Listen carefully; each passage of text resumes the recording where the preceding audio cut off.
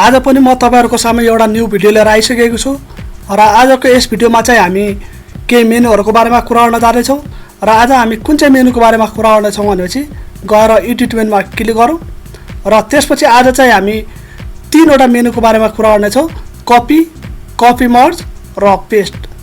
आज हामी यो तीनवटा मेनुको बारेमा कुरा गर्ने छौं र यो तीनवटा मेनुले के काम गर्छ कसरी गर्छ भन्ने कुरा चाहिँ हेर्ने छौं। त्यसको लागि सबैभन्दा पहिला एउटा पिक्चरलाई ओपन गरौँ, ओपनमा गएर क्लिक गरौँ र हाम्रो यो ओपन डकुमेन्ट फोल्डर ओपन भइसकेको छ। यहाँ पिक्चर देखेर चाहिँ सिलेक्ट गरौँ र यसलाई ओके गरौँ र हाम्रो यो पिक्चर चाहिँ ओपन भइसकेको छ यो पिक्चर। र अब यसलाई चाहिँ हामीले कपी मर्ज र पेस्ट कसरी काम गर्छ भनेर हेर्न सक्छौं। त्यसको लागि सबैभन्दा फर्स्टमा हामी कपीको बारेमा कुरा गरौँ। कपीले चाहिँ हाम्रो कुनै पनि डकुमेन्टहरुलाई अथवा कुनै पनि इमेजहरुलाई अथवा कुनै पनि सिलेक्सन भागहरुलाई चाहिँ कपी गर्न सक्छ यसले र कपी गर्ने कामहरु चाहिँ हामीले युज गर्ने गर्छौं। र त्यसपछि हाम्रो कपीको लागि सबैभन्दा फर्स्टमा हामीले सिलेक्सनमा गएर क्लिक गरौँ। यो चाहिँ हामीले कुनै पनि एउटा सिलेक्सन लिएर सिलेक्ट गरौँ र हामीले यो सिलेक्ट गरिसकेका छौं। र अब यो सिलेक्सन गरिसकेकोलाई चाहिँ हामीले कपी गर्नु पर्यो भने चाहिँ हामी गएर एडिट मेनुमा क्लिक गर्न सक्छौं र यसलाई कपी गर्न सक्छौं। र अब हाम्रो यो कपी भइसकेको छ, यसलाई हामी एडिट मेनुमा गएर पेस्ट, यो चाहिँ हाम्रो कुनै पनि कपी गरेकोलाई हामीले पेस्ट गर्न सक्छौं कुनै पनि ठाउँमा कुनै पनि फाइलमा र कुनै पनि डकुमेन्टमा लगेर यसलाई पेस्ट गर्न सक्छौं। र अब हामी यसलाई पेस्ट गरौँ र यो चाहिँ हाम्रो पेस्ट भइसकेको छ। र पेस्ट हुँदा चाहिँ हाम्रो यहाँ गएर लेयरमा हेर्न सक्छौं। यो चाहिँ हाम्रो ओरिजिनल भाग भयो र यहाँ चाहिँ कपी भइसकेको छ। यसलाई हामी मुभ गरेर हेरौँ र यो चाहिँ हाम्रो सिलेक्सन भागलाई कपी गरेको हो। र अब यसलाई हामी डिलिट गरौँ र त्यसपछि अब हामी गएर एडिट मेनुमा क्लिक गरौँ र अब हामी कपी मर्जको बारेमा कुरा गरौँ। कपी मर्जमा भनेपछि हामी गएर सबैभन्दा पहिला टेक्स्ट क्लिक गरौँ र यसलाई हामी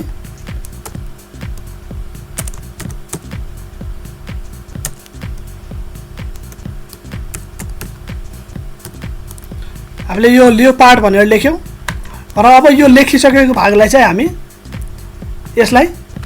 हामी यसमा केही चाहिँ इफेक्टहरु चाहिँ राख्दियौ। इफेक्ट राख्नलाई हामी गएर यहाँ कुनै पनि इफेक्टहरु राख्न सक्छौं। जस्तै हामीले स्याडो राख्यौं, त्यसपछि बेबल राखौं अलि र हामीले यो इफेक्ट चाहिँ यसमा राखिसकेका छौं। यहाँ चाहिँ हाम्रो इफेक्ट देखाइरा छ, इफेक्ट र बेबल एनिमोस भन्ने देखाएको छ, ड्रप स्याडो देखाएको छ, यो चाहिँ हामीले राखेका छौं। र यसलाई चाहिँ अब हामी गएर टेक्स्टलाई सिलेक्ट गरौँ, यो सिलेक्सन गर्यौं र अब हामी नर्मली कपी गरेर हेरौँ। एकचोटी एडिट मेनुमा क्लिक गरौँ, त्यसपछि नर्मली कपी, यो जुन हाम्रो टेक्स्ट डिजाइनहरु देखाइरा छ यसलाई चाहिँ कपी र अब हामी एडिट मेनुमा गएर पेस्ट गरौँ र हामीले हेर्न सक्छौं नर्मली कपी पेस्ट गर्दा चाहिँ हामीले नर्मली नै कपी पेस्ट भएको छ। हाम्रो जुन टाइपिङ थियो त्यसलाई नै कपी पेस्ट गरेको छ।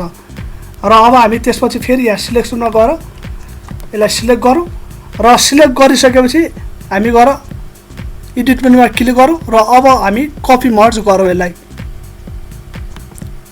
र अब कपी मर्ज गरिसक्यौं हामीले र कपी मर्ज गर्दा चाहिँ हाम्रो यो जति पनि सिलेक्सन भयो यो हाम्रो इफेक्टहरु देखाइरा छ यो सबैलाई कपी गरिसकेको छ। र अब गएर हामी पेस्ट गरौँ